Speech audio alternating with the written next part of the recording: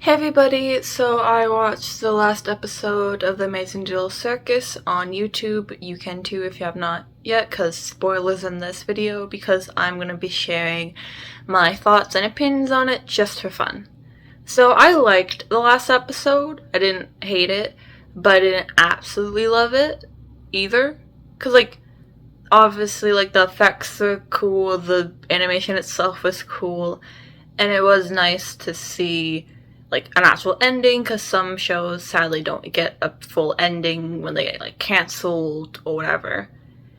So in the last two episodes we saw Jax was about to extract, so it's not too big of a shock he did extract, and sadly I did get spoiled and told that he would extract, so that was annoying.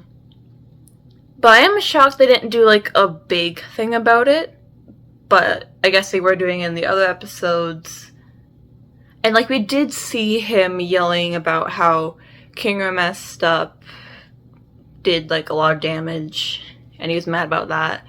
And then we saw him staring at Pomni later as they were fixing the circus.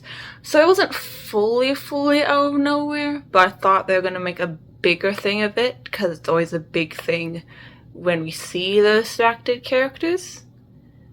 So yeah, there's that.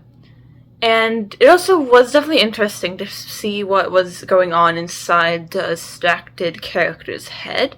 I'm not sure if it was the same for all the characters, because we didn't really get to see that. So it also does make me wonder, how long are they themselves inside before they go fully crazy? Was Pomni going into Jax's head what made it last longer, that he was able to be himself in his head? Or was that what made it shorten, because as she was there hugging him, he kind of had a breakdown? I'm curious if after you have the breakdown, if that permanently got rid of any of himself, or if that was temporary. And I'm still really curious on if they can be undistracted, because at first when it was the scene where Kane kind of was coming back and was making all the shapes to go up to the stair folder door thing, we saw Scratch pop up on the stage, and at first I thought, oh hey, he brought him back. And I see a lot of people seem to thought that too, but sadly it was just a flashback to him being the first character in the circus. Because if he did really undistract, he would have been on the stage freaking out, and the others would have seen him, or he would have looked for other people in the circus. So sadly, from what we know so far, abstraction is permanent. It sucks. But it's nice to see that at the end we saw that they weren't in the bottomless pit anymore and weren't separated. All the distracted people got to hang out in some aquarium-like thing. And that the normal members of the circus could look at them, check on them. So that's nice. But it also made me wonder, do the human version of King and Queenie know that their digital counterparts are sentient? Obviously, I'm assuming the real-life Scratch has died now, because they were talking about how he had some brain tumor, and the reason he wanted to make the circus was to put himself in it so he wouldn't die. Sadly, that's not what happened, and it more so was a brain copy of him. I'm not sure if he was okay with that, because technically some part of himself did live on, but not him fully. And if the real-life Kinger and Queenie did know that the other thems were sentient in the game, I wonder if maybe that's why it took so long for other characters to appear after all the other original cast, but Kinger distracted.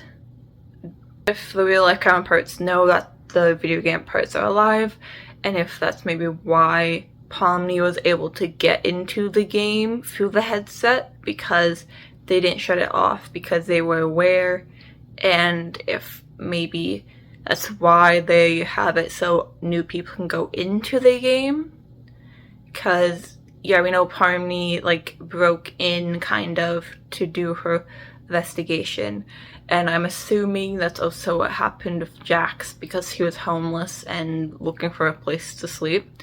Because it does make me curious about, like, Ragatha, Gangle, Zubul, if, like, they got put in still, or if they round up there accidentally as well.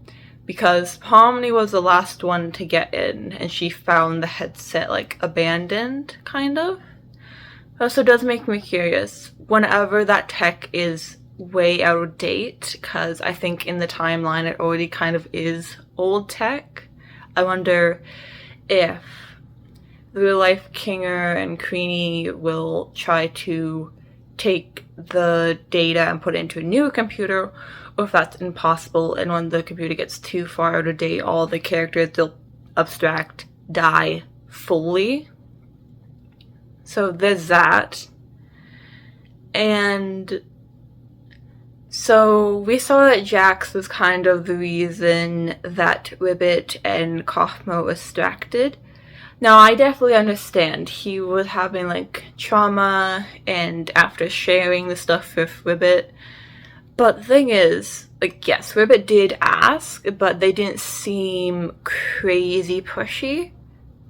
So it was kind of annoying how Jax was, like, they were pushing a ton of information when, at least from what we saw, it didn't seem like that.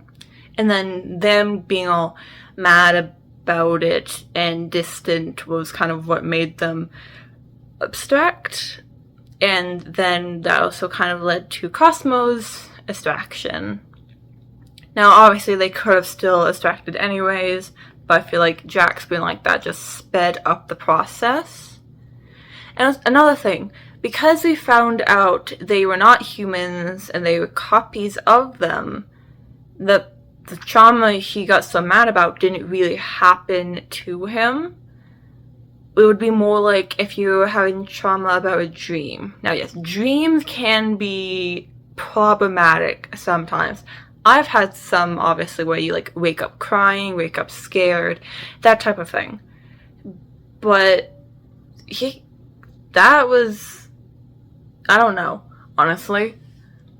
And also, the thing Raga said at the one part that she, like, suspected it, she always kind of knew, made me curious on if the others knew, and if Jax had idea. Because if he had idea that he was a copy, or that it wasn't him, the real him, then that kind of made that whole part worse. And it also makes me feel sad for them, because they are stuck with the trauma of the original humans, and they can't undo that.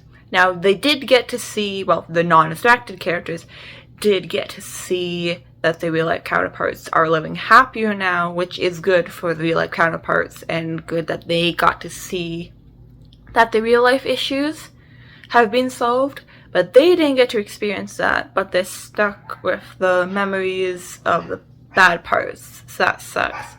But it is also cool that the real-life counterparts of Jax and Gangle might somewhat know each other, because he goes to her bar.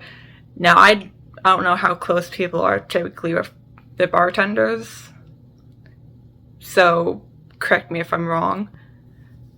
But also, it said that the real-life Gangle got into an accident, and I think that might be talking about how in the past few episodes she kind of stepped into the road. I'm assuming something like that happened in the real world, which was interesting that they put that. And because we saw them all at the same bus stop, that means they live close enough in the same area. I was curious if they would, but I guess they would have to have all put on the headset at some point. Now, realistically, even though they're on the same bus sometimes, that doesn't mean they're gonna know each other, really, because I take the school bus. I still don't know half the names of the people, because they generally bug me, so I don't care enough to. But yeah, those are some of my thoughts, some of my opinions on that.